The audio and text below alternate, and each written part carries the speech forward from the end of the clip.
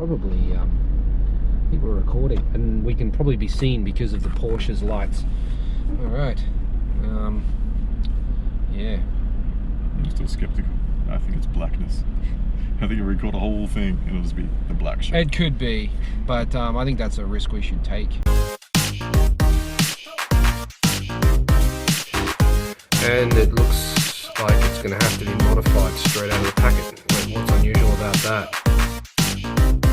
Welcome back to Garage K. It's time for another episode of Gaijin in a Car. This is a bit of a weird one because it was actually recorded before the Gaijin in a Car featuring Jen and Stuart. I didn't release this one at first because I wasn't proud of the video quality, but I've watched it several times and find it entertaining, so I decided to share it anyway. I hope you enjoy it. Let's go. We are the Gaijin because there are no plurals.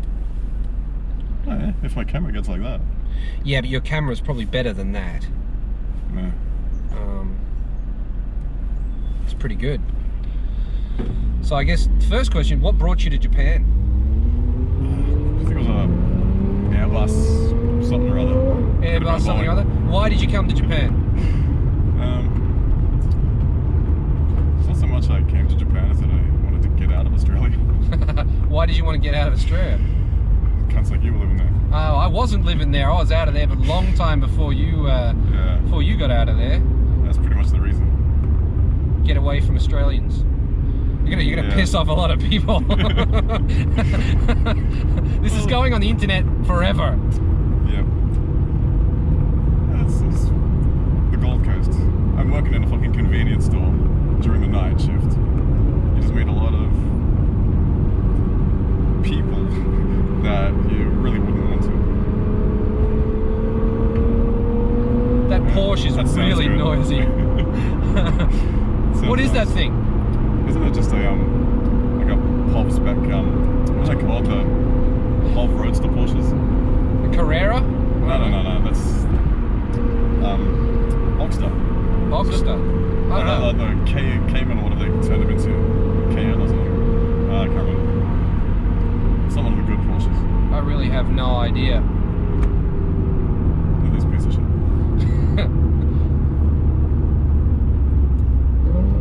Which way may make so much sense though. GoPro can't see what we're looking at. Yeah, I mean that's why I need another one, or at least another one, another two. Yeah. I mean that one there would be okay. Get the 360 thingy. And the video's pretty shit on them though. It's not. Is it 4K? Yeah. It is. So you left Australia to get away from the people, mostly? Mostly, yeah. I didn't like that scene. Like, and everything in Australia is, for me, is harder. Like, travel around. If you don't have a car, you're kind of fucked. Yeah, that is weird. How do you get to your age without ever owning a car? Yeah, it's a skill. I think it is a skill. You never wanted one? I never wanted a bad one. I could never afford a good one. Tell us about your online adventures with cars, though, because that's kind of polar to your attitude on not ever owning a license at all. Yeah, so, true. Tell us about that. I really love driving. I think I always, like even when I was about like 10 or 12 or something, I was just playing these shitty little 2D racing games on the Amiga. What games were you playing? I remember a game called Supercars, where you it was just kind of racing around these top-down little tracks. But the cool thing was you had to like buy the cars either second-hand on you. You got a little bit of cash after each race, and the salesman was a complete prick. He'd ask you all these bizarre questions, like about golf or some shit. If you got them wrong, he'd just throw you out of the office and wouldn't sell you a car. Oh, really? Yeah. So that was kind of interesting. You have to download that. Yeah. What's it called? That was Supercars. It might have been Supercars 2. It was one of them. We had good fun. Speaking of games, just to sidetrack it, but we had good fun playing Micro Machines. Remember that? Yeah. Was it Micro Machines 2 we were playing? That was one of them. Oh, that was amazing. What did we have? We had like a. Was it just on MAME or something? Wasn't it? Was it some emulator? Oh, wasn't it on the Wii? Oh yeah. Well, the Wii was being the emulator. Yeah, we hacked the Wii, and then we had Micro Machines 2 playing on it, and it was competitive as fuck, as you can imagine. That was a lot of fun. Yeah, it was. Some close racing. Yeah, so that just progressed into eventually, like, the games didn't change much until the PlayStation came out and everything went 3D, and we started to get some simulation type games. But back then there was just you against the AI, you know. Like there was Gran Turismo, right? Yeah. So that was the first one that you played that was like that. What about Outrun? That was kind of 360-ish. Yeah, but it was... Well, no, Outrun wasn't. Outrun was just kind of. It was just sprites. It was all still 2D. But there was a game in the arcades called Hard Driving, and there was Hard Racing. And like they were like flat shaded 3D, really early stuff, running at like 10 frames per second. Hardcore. Yeah, that was pretty cool. But like Gran Turismo was like the first thing, and that was like amazing. Like just normal cars being able to do whatever you wanted with them. But it was all just like it was all just by yourself. But then eventually we got into online forums, and a bunch of guys would just say, "Get in this car at this track, and we'll have a kind of online race. Just posting your times." But that's an honor system too, though, right? Complete honor system. And some of the guys were so fast, you just think, this is absolute bullshit. There's no way, they got to be fucking faking it. But then you'd put like months of effort into it, and you'd get really close, and you think, yeah, okay, maybe. How close did you get to the top? It's hard to tell, because back in the day there were differences between the PAL and NTSC versions. Oh wow. Yeah, like I think for America, like the American marketing people thought real cars and all that would be too slow and dull for Americans, so they sped it up. So the American times would always be faster than the PAL times. And that was in PlayStation 1? Yeah, PlayStation 1. When did they fix that? I think it was PlayStation 2 was okay, they were compatible for the most part, I think. But there were still some differences in individual cars between the versions. But yeah, up until like I think GT4, I was all offline and just on a system shit. You were? Oh, yeah, well, the online racing community was all post your times and... Yeah. And there were lots of leagues and all that, but it was always submit the time, and then it was all, everybody kept their time secret. Then at the time of the race, someone would post all the results on a forum, and you'd go look and check where you came, and the points would be totaled and all that. It was exciting for the time. But back then you could see that it was always going to be online, and there was always going to be people competing for real. You ran a site like that, right? Yeah, I was actually involved like really early on, from like 97 or something like that, in the community. And I built a few websites for all the different leagues and shit like that. Then any names that people might know? Nah, that was so long ago. I doubt anyone would know, but there was like the IROC, the International Race of Champions, which is a series where any winners of other series would get to compete in this series. There was the MRC, which was a mid-engine rear drive challenge, where like MR cars would compete in that. Didn't you have a site called Final Drive or something? I've had many sites. I can't remember. I had a world driver ranking site at one stage, which was trying to take all the results from kind of every online competition and create a leaderboard based on people's results in all of them. So people could race in like 1 or 2 championships, 1 or 2 series, and get like an overall ranking against everybody else, even if they haven't competed against them. It was kind of like tennis, how you compete in different tournaments and you get like an overall ranking. So I had that going for a while. That was doing okay. But then I just kind of abandoned it for some reason. I always kept thinking that, like, I could see where the tech was going. I knew everything was going to be online.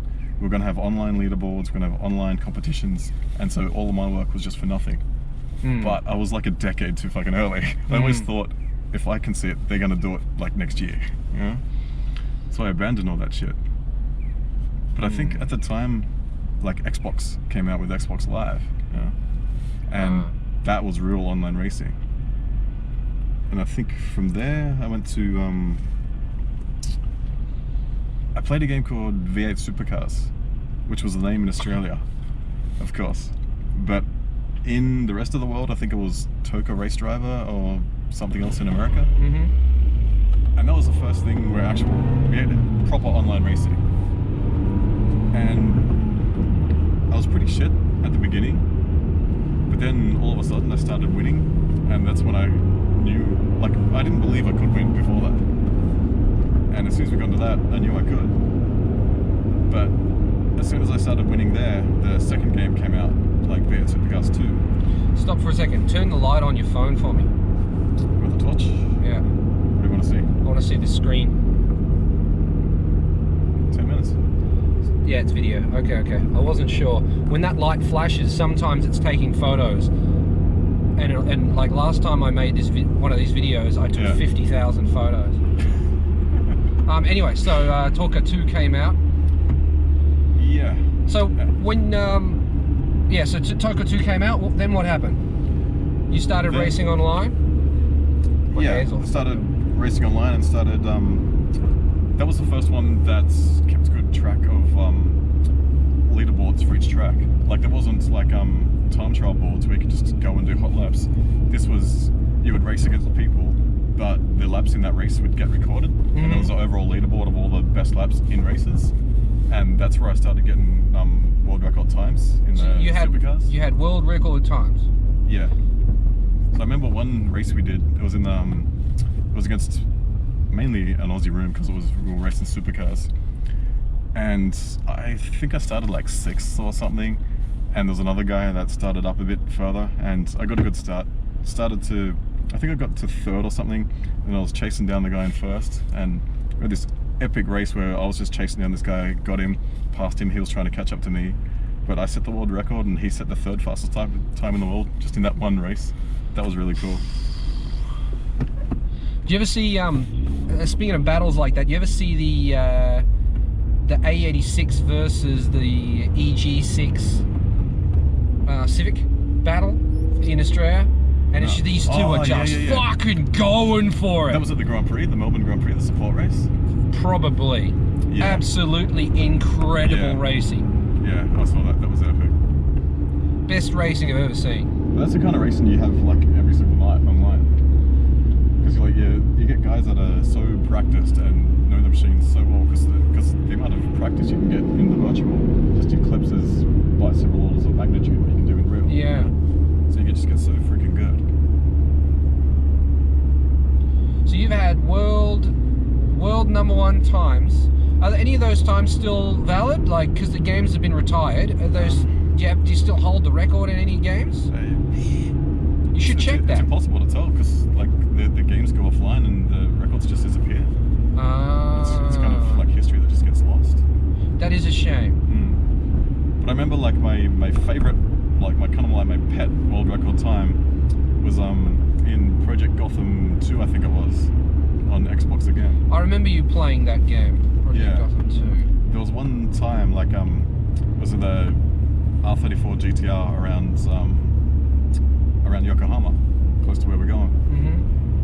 And I remember there was a guy called Loki. He was #1 when I started playing it, and I spent ages trying to.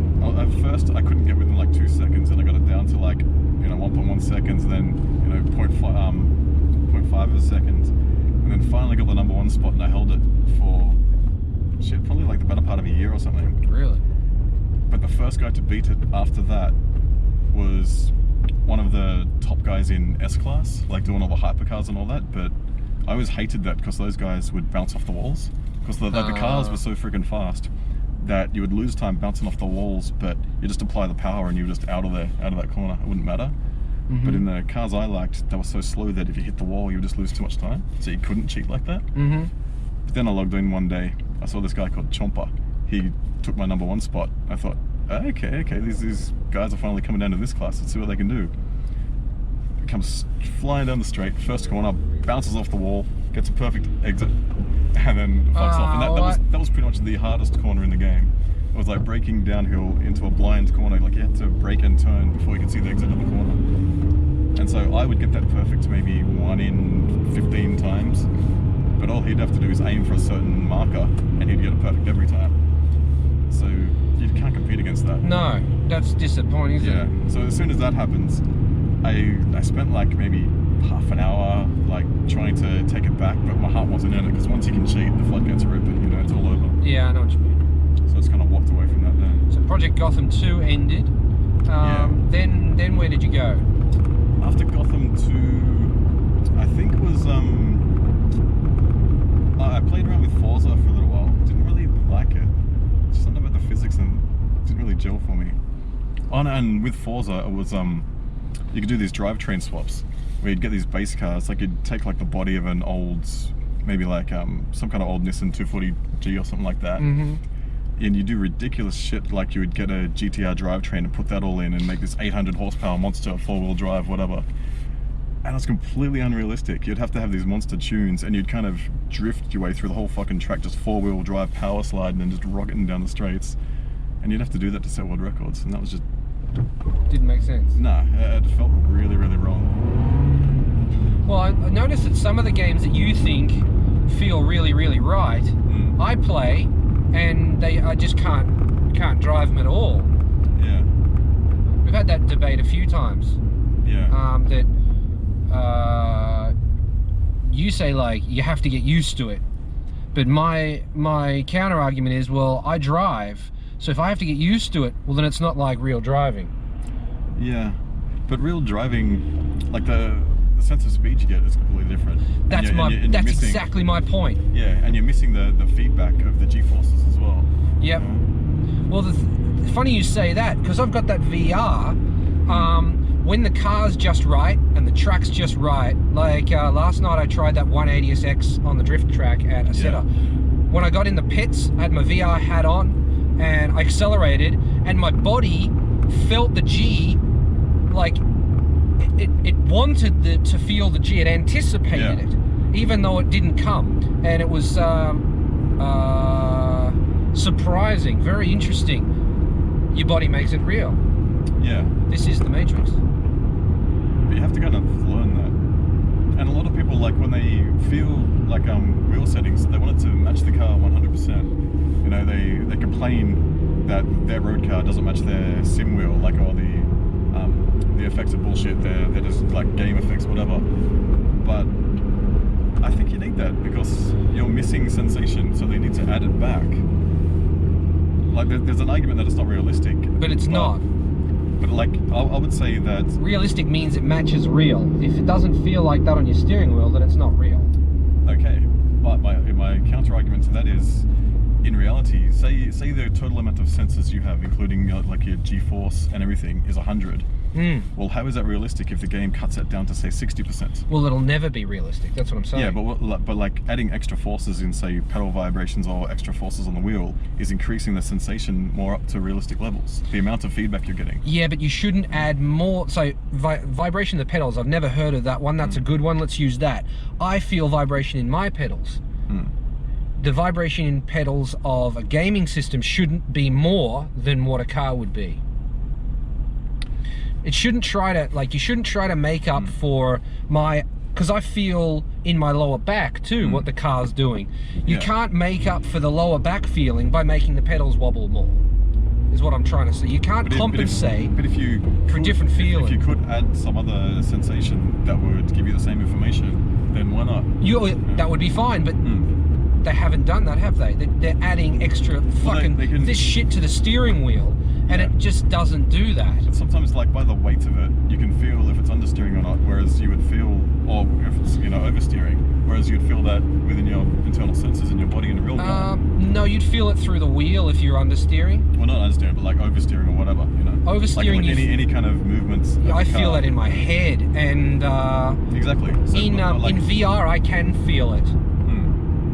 But watching on a screen, I can't, I get no sense of speed, I get no sense of height, and I get no sense of drift, like, or understeer for that matter.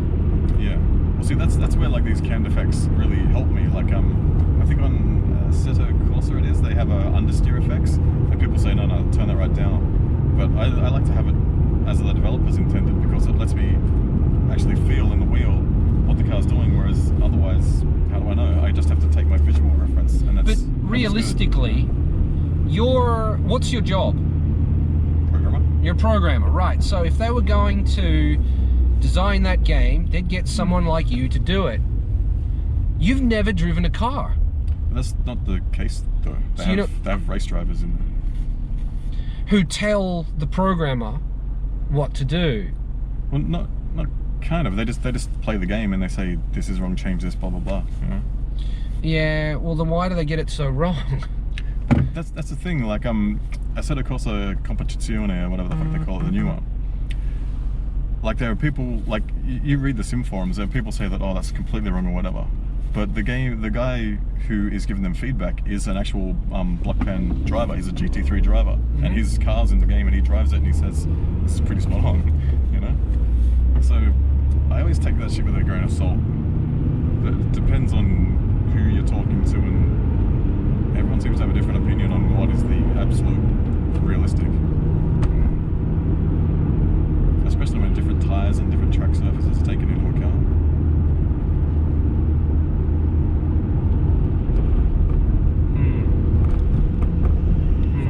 I don't really give a shit about realism anymore.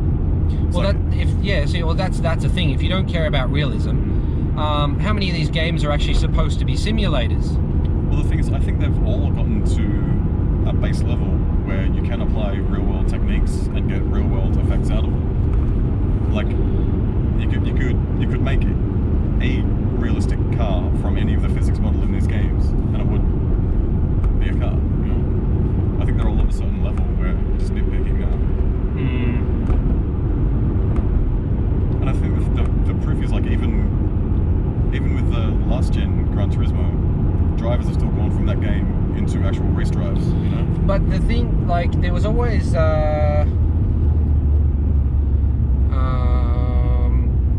It's kind of hard to explain because some people just have natural talent for these things. Like a lot of people will say, like for example, a pool player, someone who plays billiards, they might be really fucking good, and you might say that, like, someone might say, that's his gift, like he was born with it. And then I've actually seen interviews where dudes get pissed off, like, no, I fucking worked for this. Yeah. But the thing is, if I put in the same number of hours that dude did, I still wouldn't be on his level because I don't have that edge. Yeah. Just don't have that edge. It's got to be both. It's got to be the. You have to have the gift and you have to put in the hours. Now I've forgotten the point I was trying to make.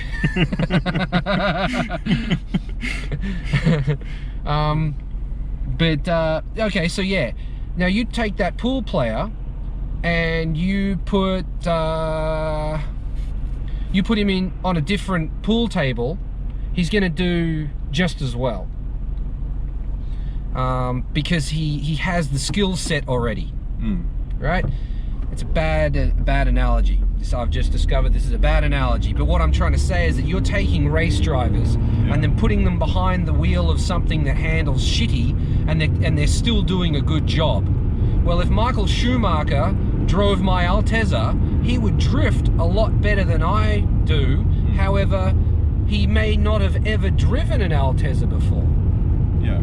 So a lot of the time, I think his input is actually irrelevant to the driving model. It's like another one. Have you seen the Glass D? I have now. You have now. I don't like to talk about it, but I used to rollerblade, and they'd always come out with a new skate, and they say this is the best skate, whatever.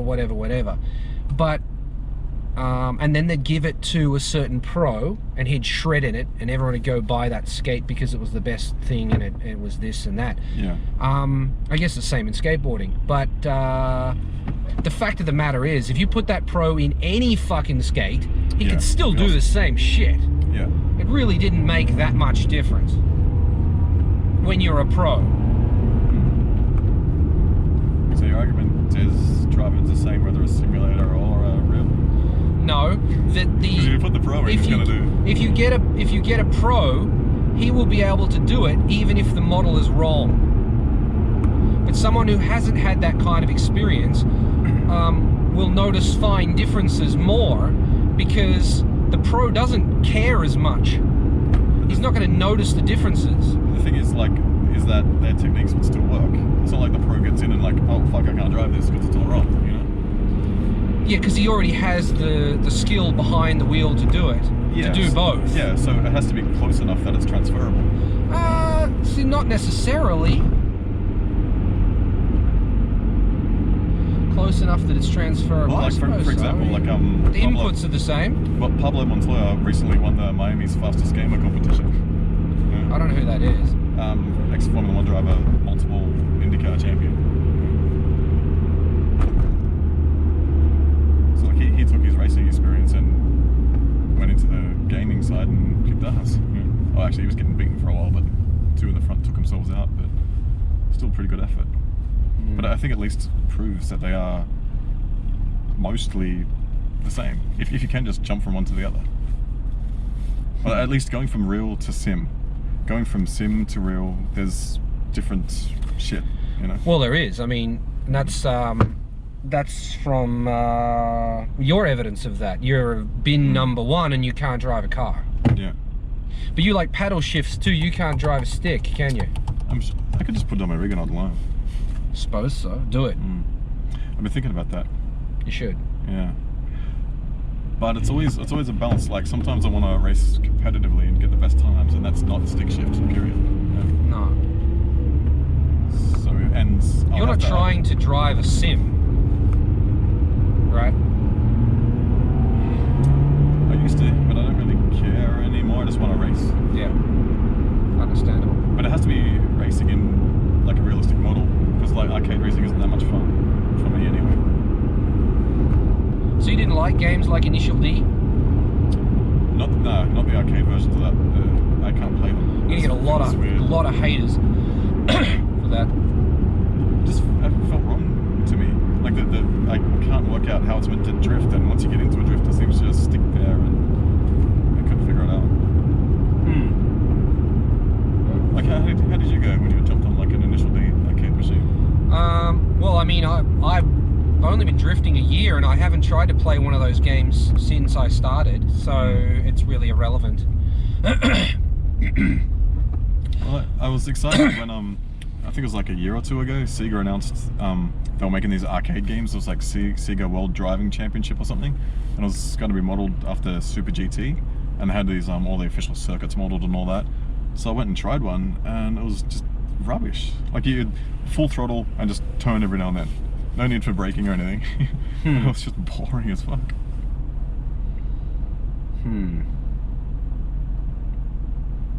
I always found that the games that tried not to be sim felt realer or more real than games that were supposed to be sim. Like, what was that game that I played at your place that I really liked?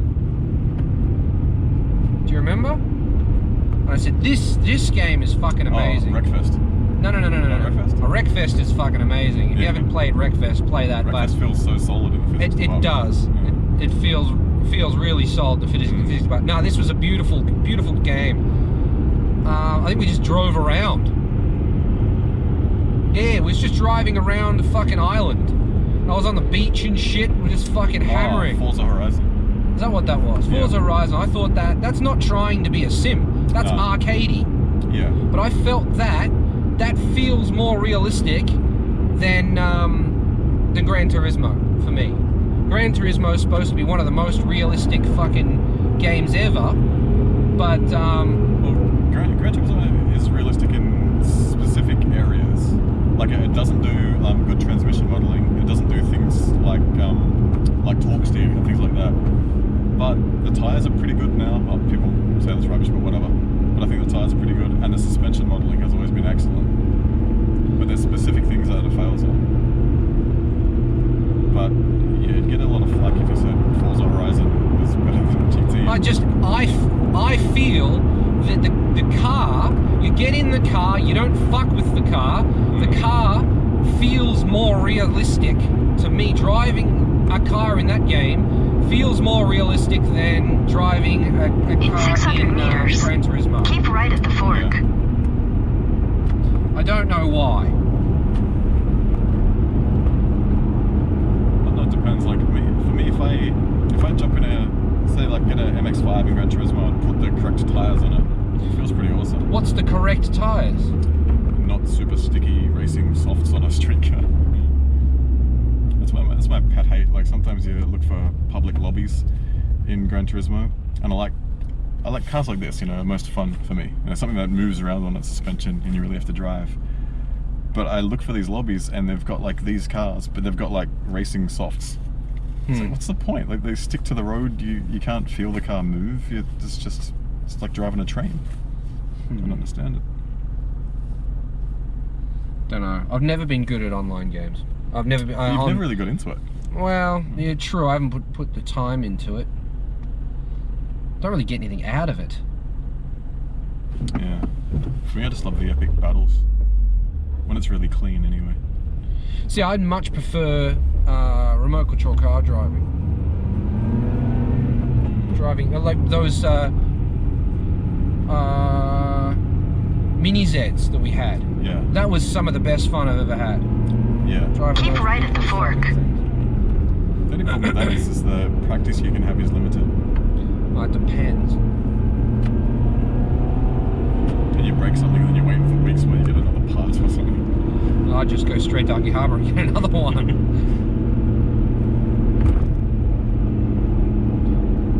Not that when we were driving 110 scales, that was like that. You had to wait weeks to get yourself a new part, but the Mini Z was really, really good. Good support. So how did you never, coming through, you obviously have a passion for cars, I get. You don't have a passion for cars, it's just the racing? No, I love cars. Love cars. Well, it's just a thing. I've never wanted a shitty car, and then by the time I was able to afford a nice car, like now it's going to be a pain to get my license and go through all that. Why? For a start, like I'm thinking about getting a car now, but I'm going to have to get my license here in Japan, so I'm going to have to learn Japanese or struggle through it somehow. And then there's all the lessons and like building up slowly from nothing. It's going to take a long time. Well, not if your driving experience online actually does help. But it's not just the feel of the car once I'm in there. It's all the road rules and everything. It's the like I never have to start a car. I never have to take off from a hill or anything. I never have to reverse park. You know, it's like sure I might be able to catch his drift, but I'm going to do the basic things. Very unlikely to drift in real world anyway, unless you try. That's what I mean. Like my entire experience is high speed, stopping and starting, blah blah blah. But the mundane stuff, I've got zero experience. What's your favorite Japanese food? Ramen. It's an easy one. Ramen. What kind of ramen? Tonkatsu. Anything with a meat piled up. Tonkotsu. Is that tonkatsu? Tonkatsu is like a breadcrumb pork. Tonkotsu. Yeah, tonkotsu is beef. Not beef. Sorry. I like It's a ramen. pork. Yeah. It's a pork-based soup. Yeah, that's the one. Yeah, tonkotsu. Chashu ramen. Tonkotsu chaoshu. I got it. There's a chaoshu ramen restaurant in Hachioji I'll take you to, and it's just like stacks of chaoshu on top. But it's got to be like a really soft meat. Yep. You know? It's Yeah. like break it apart with your hashi. Yeah, with your hashi. Break it apart with your hashi. I have to get passed by this Porsche. I think it's the Porsche, is it? Really? It is, same one. Here comes Daryl Where's with these guys the gonna go? Daryl the cappuccino. How do we get in front of it? Skill. It's racing the Porsche.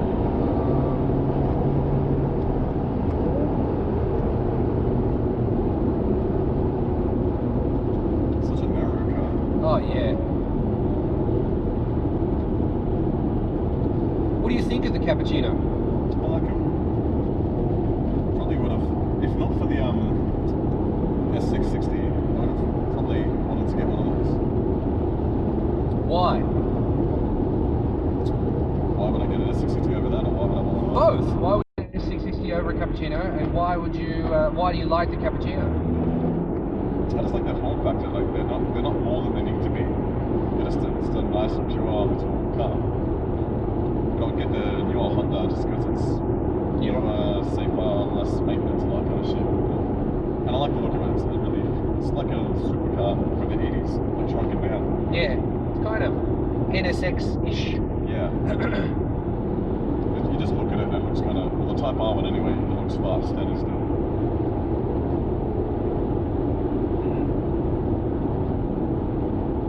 We somehow got back on the cars again. I've got a list of questions that I'm supposed to have in the car. Really? That, yeah. You need a prompter. I need a prompter. Maybe. That's what most of the YouTubers use. They got like a little clicky thing in their pocket that just prompts up all the different points. Yeah. Oh, you can get apps for that. But You've got a YouTube channel. Tell us about that. You can barely call it a YouTube channel. It's got one single video. You've got to start somewhere. Yeah. I don't know. That's more. It's more of a learning experience for what I want to do sometime in the next 6 to 8 months or something for a proper channel. It's just me doing whatever in Gran Turismo. I was just like filming, just recording just regular races. Then I was going to do commentary or something over the top. But now I just want to do. In 800 meters, take the interchange on the left. Now I just want to do bullshit things like produce a ranking of all the stock street cars in a certain category, just have them up against each other, do hot laps in one, do hot laps in the other, then compare them and shit.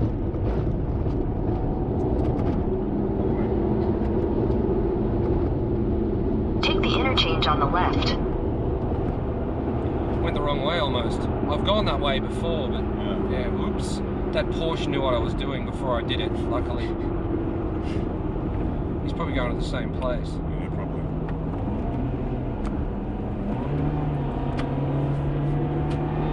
Around the outside of it.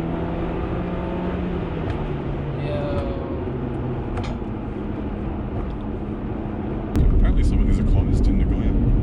Why? Virus. Really? Yeah. No Chinese.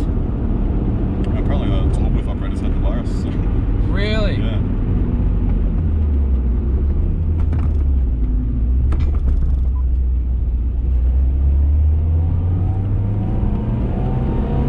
And I remember watching anime from like way back in like the early 90s or something. Like things like Akira, where there was just like terrorist attacks in like shopping centers and shit like that. Yeah. And you'd be thinking, that'd be fucked to live in a world like that. And there's also anime with like, you know, these global outbreaks of viruses and all that kind of shit, you know. But we are living in this scary future. It's already happening. Does that sort of thing bother you? Sometimes not. Your YouTube channel. What YouTube channels do you watch? Mine are almost exclusively tech stuff. Really? Like Not that Tech Linus guy. Yeah, Linus Tech Tips. Really? Yep. And I end up watching just random bullshit. Like there's a guy who just buys like cheap ass graphics cards and benchmarks them in games, and I don't know why the fuck I watch it. Well, that's realistic. Yeah. Like Not for you now because you can afford to buy whatever you want, but I mean, for someone like me who's on a budget all the time, that's the show I want to watch. I don't know why, but I find Linus Tech Tips just a little bit something. I don't know. Have you seen a show called DIY Perks? I think it's called.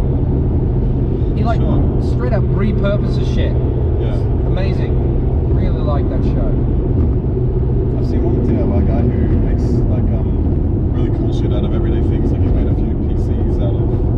He made a complete desk PC that kind of folds up into the wall. A lot of people have done that. Yeah. But he also made one out of some kind of copper barrel thing. I don't know how to explain it, but he's got mad skill. Or like yesterday, I watched a Amiga 500 play chess against a Mac. Really? That was interesting. Who won? At first, the Amiga won 3 games. So 3 games to 1 or something. That's wild. Yeah, but it's like it depends on the program really. It's like there's all these different chess programs for the Amiga. Then you select which chess program on the Mac. But they're apparently similar rated. Like chess has these ratings for the the skill of the player.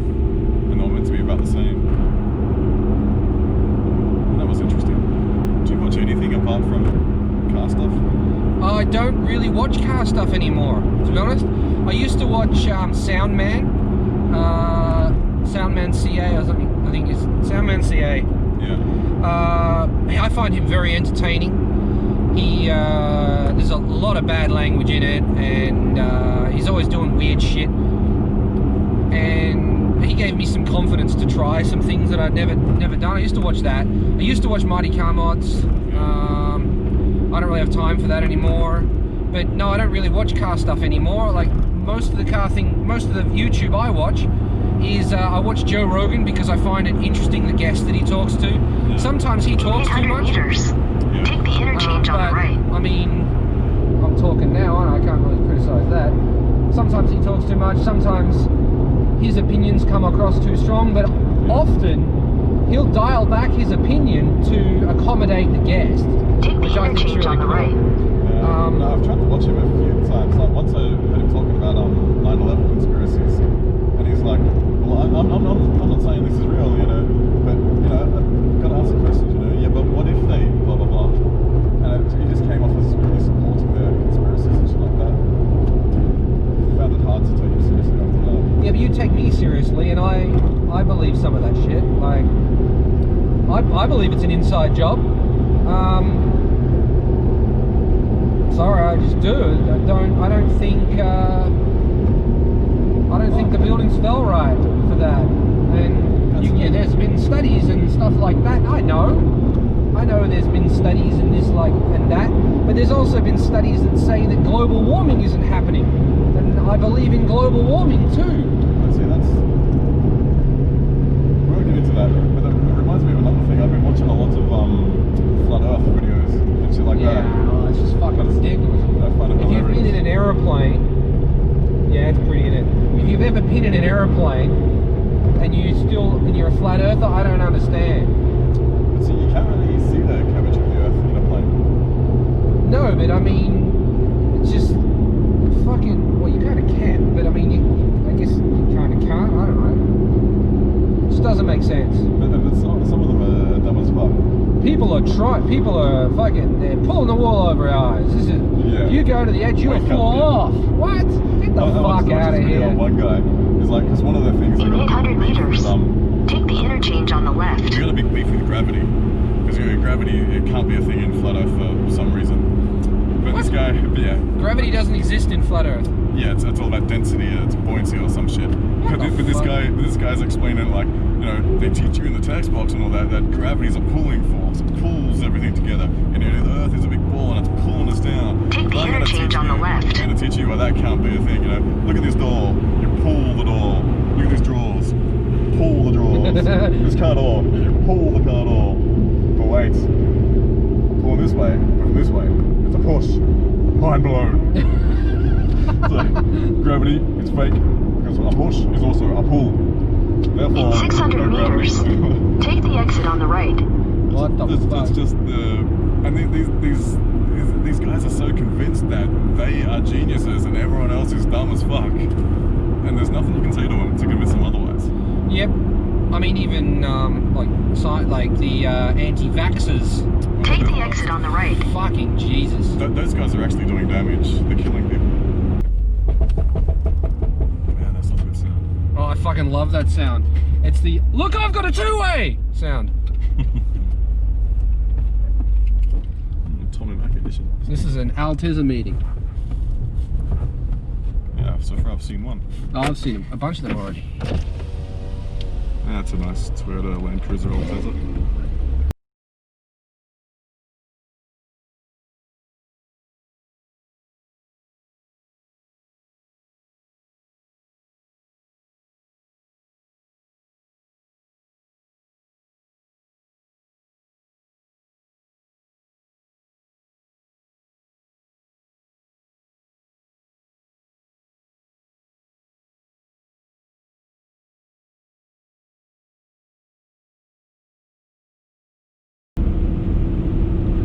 So what did you think of your first trip to Daikokufuto? Not as great as I imagined. What did you imagine? Just lots more really nicely done modified cars. What kind of modified cars? guess you were expecting like supercars and things, right? Well, that are more, just more than the average standard to be higher. You know, they're like bunched together.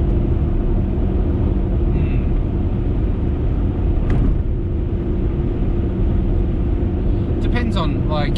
Basically, I expected like a speed hunter's gallery. You know. No. Yeah, that's really high expectations.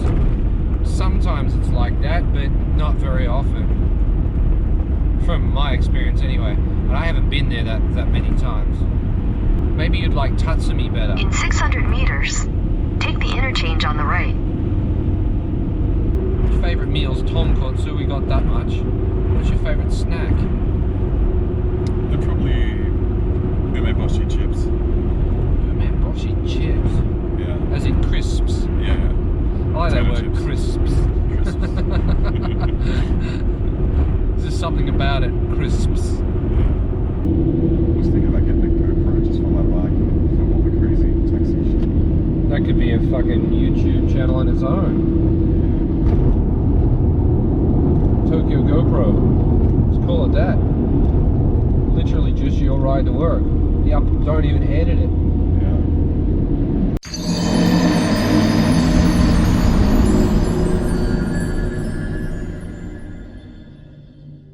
And that is it for this episode. Thank you very much for watching. I hope you enjoyed it.